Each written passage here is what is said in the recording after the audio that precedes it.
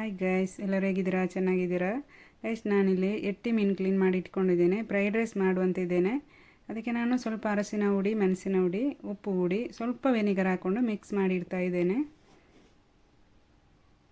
ಮತ್ತು ನಾನು 2 ಮೊಟ್ಟೆಯನ್ನು ಸಹ ತಗೊಂಡಿದ್ದೇನೆ. ಇದಕ್ಕೆ ಸ್ವಲ್ಪ ಕರಿಮೆಣಸಿನ ಹುಡಿ, ಉಪ್ಪು ಹುಡಿ ಹಾಕ್ಕೊಂಡು ಮಿಕ್ಸ್ ಮಾಡ್ತಾ ಇದ್ದೇನೆ. ಬೆಳಿಗ್ಗೆ ಟಿಫನ್ ಬಾಕ್ಸಿಗೆ ಈಸಿಯಲ್ಲಿ ಫ್ರೈಡ್ ರೈಸ್ ಮಾಡುವುದನ್ನು ತೋರಿಸ್ಕೊಡ್ತಾ ಇದ್ದೇನೆ. ಮೊಟ್ಟೆ ನಾನು ಫ್ರೈ ಮಾಡ್ಕೊಳ್ತಾ ಇದ್ದೇನೆ. ಮೊಟ್ಟೆಯನ್ನು ಫ್ರೈ ಮಾಡಿ ತೆಗೆದು ಮತ್ತೆ ಅದೇ ಪಾತ್ರೆಯಲ್ಲಿ ಮೀನನ್ನು ಸಹ ಫ್ರೈ ಮಾಡ್ಕೊಳ್ತಾ ಇದ್ದೇನೆ. ಒಂದೇ ಪಾತ್ರೆಯಲ್ಲಿ ಈಸಿಯಲ್ಲಿ ಮಾಡಬೇಕಂತ ಒಂದೇ ಪಾತ್ರೆಯಲ್ಲಿ ಮಾಡ್ಕೊಳ್ತಾ ಇದ್ದೇನೆ. ಜಾಸ್ತಿ ಪಾತ್ರೆ ಮಾಡೋದಿಲ್ಲ ನಾನು.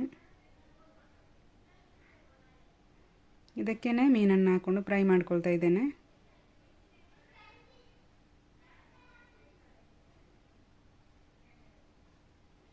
ಬೆಳಿಗ್ಗೆ ಸ್ಕೂಲಿಗೆ ಹೋಗೋ ಮಕ್ಕಳು ಮತ್ತು ಕೆಲಸಕ್ಕೆ ಹೋಗೋರಿದ್ದರೆ ರಾತ್ರಿ ನಾವು ಗೀ ರೈಸ್ ಮಾಡಿದ್ದನ್ನು ಸ್ವಲ್ಪ ತೆಗೆದಿಟ್ಟರೆ ಬೆಳಿಗ್ಗೆ ಈಸಿಯಲ್ಲಿ ಟಿಫಿನ್ ಬಾಕ್ಸ್ ರೆಡಿ ಮಾಡಲಿಕ್ಕೆ ಆಗ್ತದೆ.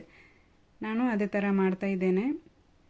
1 ಚಮಚ ಎಣ್ಣೆ ಹಾಕ್ಕೊಂಡಿದ್ದೇನೆ. ಅರ್ಧ ಚಮಚ ಶುಂಠಿ ಬೆಳ್ಳುಳ್ಳಿ ಪೇಸ್ಟನ್ನು ಸಹ ಹಾಕ್ಕೊಂಡಿದ್ದೇನೆ. ಇದು ಸ್ವಲ್ಪ ಫ್ರೈ ಆದಮೇಲೆ ಇದರ ಸ್ವಲ್ಪ ಹಸಿ ವಾಸನೆ ಹೋದ್ಮೇಲೆ ಮತ್ತೆ ನಾನು ಇದಕ್ಕೆ ಸ್ವಲ್ಪ ಬೀನ್ಸು, 1 ಕ್ಯಾರೆಟ್ ಕಟ್ ಮಾಡಿ ಇಟ್ಟಿದ್ದೇನೆ, 1 ಹಸಿಮೆಣಸಿನಕಾಯಿ ಅದನ್ನು ಹಾಕ್ಕೊಂಡು ಫ್ರೈ ಮಾಡ್ಕೊಳ್ತಾ ಇದ್ದೇನೆ. ಇದು ಸ್ವಲ್ಪ ಹೊತ್ತು ಫ್ರೈ ಮಾಡಿಕೊಂಡು ಮತ್ತೆ ಫ್ರೈ ಮಾಡಿಟ್ಟಂಥ ಮೊಟ್ಟೆ ಮತ್ತು ಮೀನನ್ನು ಹಾಕ್ಕೊಂಡು ಮಿಕ್ಸ್ ಮಾಡ್ಕೊಳ್ತಾ ಇದ್ದೇನೆ.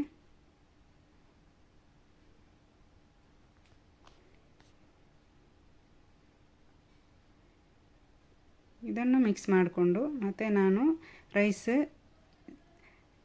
ಜೀರಾ ರೈಸಲ್ಲಿ ಮಾಡಿದಂಥ ಅನ್ನ ಇದು, ಅದನ್ನು ಇದಕ್ಕೆ ಮುಕ್ಕಾಲಷ್ಟು ಬೇಯಿಸ್ಕೊಂಡು ರೆಡಿ ಮಾಡಿಟ್ಟಿದ್ದೆ. ಅದನ್ನು ಹಾಕ್ಕೊಂಡು ಸ್ವಲ್ಪ ಉಪ್ಪು ಹಾಕ್ಕೊಂಡು ಟೇಸ್ಟಿಗೆ ಬೇಕಾದಷ್ಟು ಹಾಕ್ಕೊಂಡು ಮಿಕ್ಸ್ ಮಾಡ್ತಾ ಇದ್ದೇನೆ.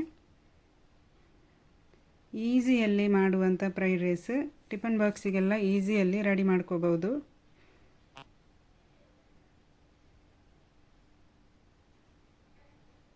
ಇಷ್ಟು ಮಾಡಿ ಮಿಕ್ಸ್ ಮಾಡಿದರೆ ನನ್ನದು ಫ್ರೈಡ್ ರೈಸ್ ರೆಡಿ ಆಯಿತು. ಒಂದು ಟಿಫನ್ ಬಾಕ್ಸಿಗೆ ಎಷ್ಟು ಬೇಕಾಗ್ತದೆ ಅಷ್ಟೇ ರೆಡಿ ಮಾಡ್ಕೊಳ್ತಾ ಇದ್ದೇನೆ. ಫ್ರೆಂಡ್ಸ್, ನನ್ನ ವಿಡಿಯೋ ಇಷ್ಟ ಆದರೆ ಲೈಕ್ ಮಾಡಿ, ಶೇರ್ ಮಾಡಿ. ಅದೇ ಥರ ಹೊಸಬ್ರಾದರೆ ಸಬ್ಸ್ಕ್ರೈಬ್ ಮಾಡಿ ಸಪೋರ್ಟ್ ಮಾಡಿ.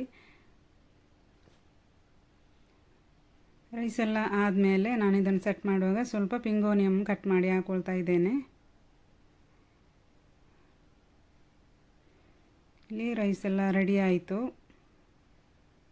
ಈಗ ನೋಡಿದ್ರಲ್ಲ, ಇಷ್ಟೇ. ಓಕೆ ಫ್ರೆಂಡ್ಸ್, ಬಾಯ್.